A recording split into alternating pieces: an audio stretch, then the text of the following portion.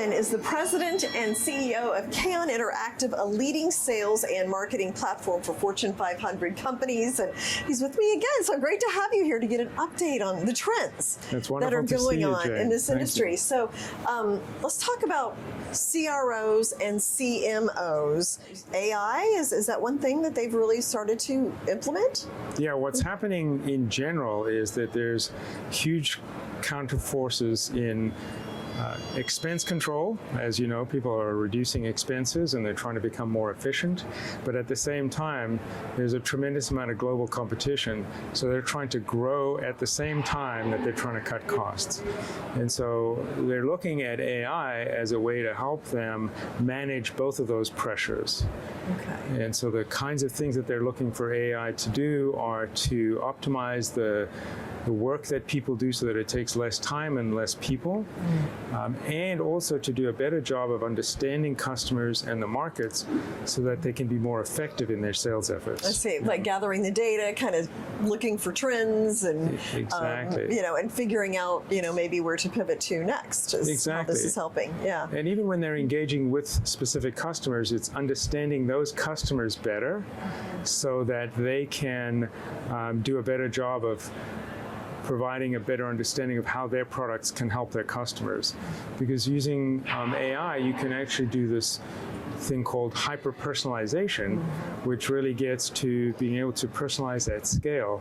So as they're talking to different customers, the sales team can be more effective at understanding those specific needs of the individual, not just the company, and having a more effective sales cycle. So let's talk about that. Is that shifting then buyer expectations? They expect to be more catered to, and how is that affecting these Fortune 500 companies? Buyer expectations have been shaped a lot by their consumer experiences. And so when they're in a B2C environment, they get very personalized experiences, and they get a lot of self-guided digital experiences. And they have come to expect now in the B2B world and across all of these large customer interaction platforms is they want to be in control. And so what they expect is, I need to know what's useful to me, and I don't want to have to sort through a lot of irrelevant information. And that's created a lot of pressure on companies to be able to really be able to deliver these different experiences to different people, while at the same time not having to create those manually. Yeah, well, I think about like delivery, like how our experiences have really been shaped by, we want it next day, Exactly. So and we expect that. And we consider that to be sort of the standard of customer experience. Yeah. Right? And now if you think about the way that those personal experiences are shaping buying behavior, we're expecting the experience to be better, even if the price is not necessarily the best. We're making decisions on the basis of what that overall experience is. Now, when you take that into the realm of big companies, they're making decisions about complex products, complex solutions, so there's multiple people involved. Each one of them has their own customer experience expectation.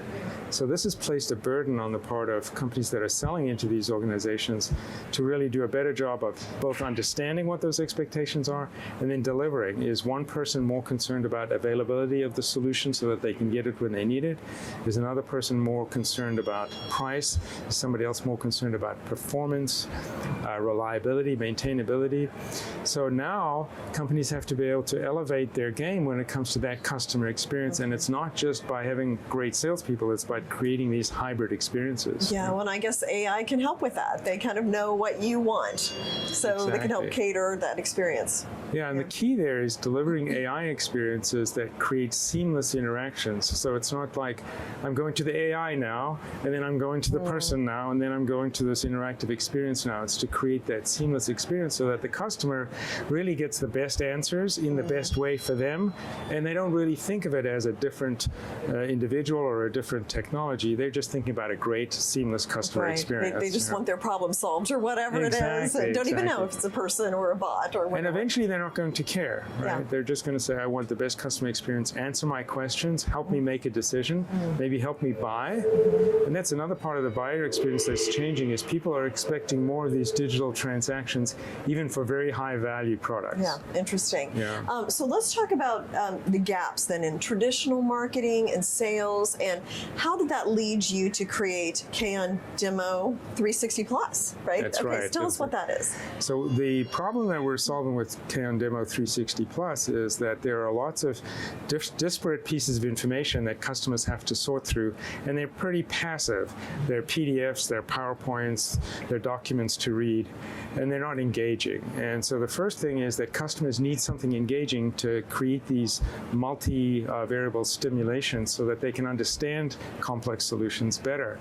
So Demo 360 Plus, first of all, is an engaging solution in a way where customers actually interact rather than just watch or read.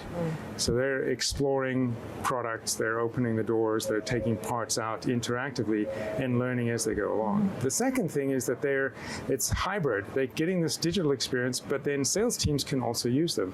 And what we found is people sometimes like to talk to salespeople or this person or interact with them, and sometimes they want to do things on their own. Yeah.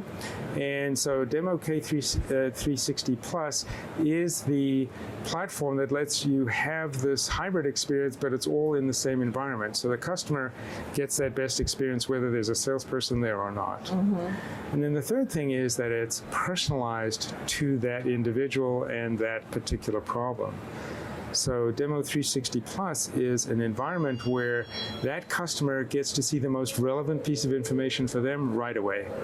And that led us to be able to deliver something that's unique for those customers, but also scalable for the companies to be able to deliver something that works for all of their buyer constituents. How has AI impacted the deal cycle? Yeah. So if you think about what happens is it has typically been longer and longer for people to make decisions because products are becoming more complex and because getting the right information takes a lot of time. So what, in particular, Kaon Demo 360 Plus does is it lets you get all the information you need in a much shorter period of time. And if there's more than one person involved in the buying cycle, and in B2B, there's usually between 7 and 10 people involved in the buying cycle, you can do this asynchronously, but you can do it in parallel so that you're not waiting for one person to make a decision and get there. So sales cycles have been reduced, but more importantly, what's happening is the win rates for these companies have been going up because they're finding that they're able to convey their competitive differentiator better. So rather than somebody not really understanding why a product is better or a solution is better or a company, they then commoditize it and say, oh, well, now we're just going to do it on the basis of price.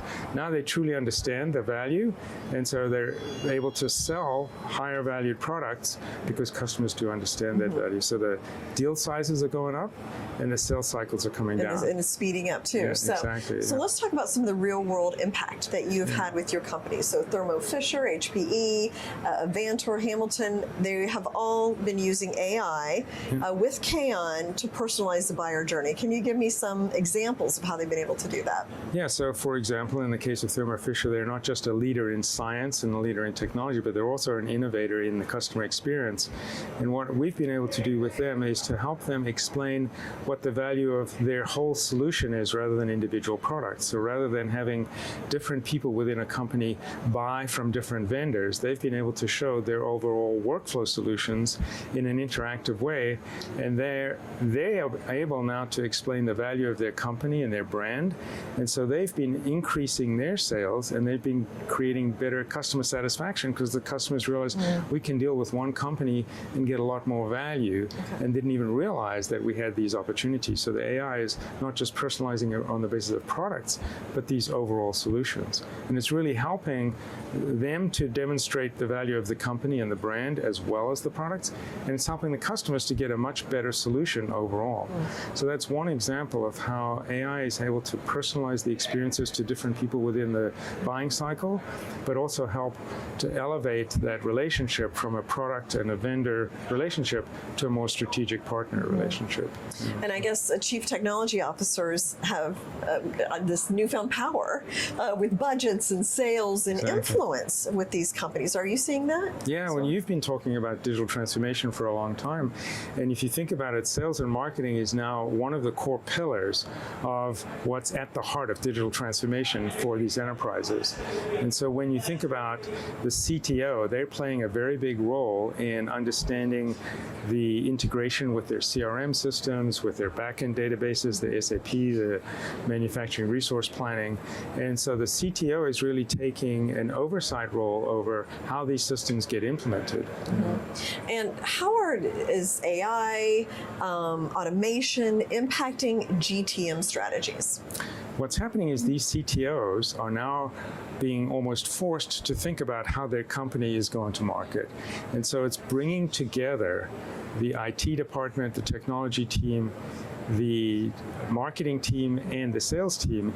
And what this really represents is a transformation in the way that the whole company uses technology to change their go-to-market. So rather than going to market on the basis of, let's say, a sales force exclusively or a sales and distributor channel, now they're able to create a hybrid digital experience where they can go to market and create transactions for their customers in an entirely digital e-commerce environment for a large portion of their portfolio. And what we're seeing is the data is showing that companies are increasing, even large B2B companies are increasing the portion of their revenue that they're getting from the digital channel to up to 30% of their total revenue.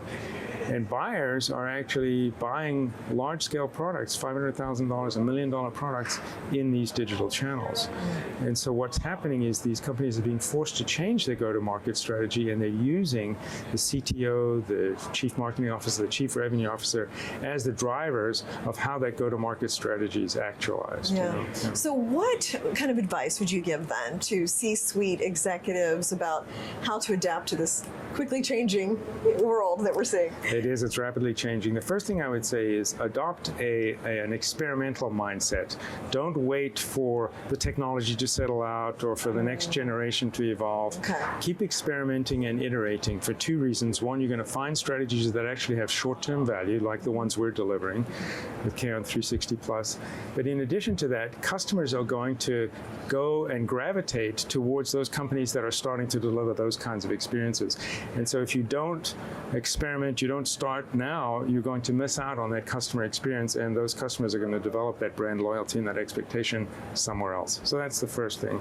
The second thing I would say is use this opportunity of this changing world to break down the barriers, internal barriers that are creating friction points for your customers to buy from you. Okay. So if you have an internal barrier because of your IT team not being able to talk to your marketing team, not being able to talk to your sales team, use this opportunity to bring them together and create a frictionless experience for your customer. That's a much better customer experience. And then the last thing is turn the tables from what can the technology do for us in terms of optimization and efficiency to what can this technology do for our customers in terms of helping them derive value from the relationship. So becoming customer value centric is another piece of advice that we've seen really has legs to it when it comes to the return on any investments. Yeah, well, I remember Jeff Bezos saying at Amazon, they just always focused on the customer, Exactly. and that's clearly paid off for them. There's So a direct correlation right there. yes, Yeah, Gavin, absolutely. thank you so much. So interesting always to hear about the trends going on in the business world. It's my pleasure. Thank you, Jay. Great to see you.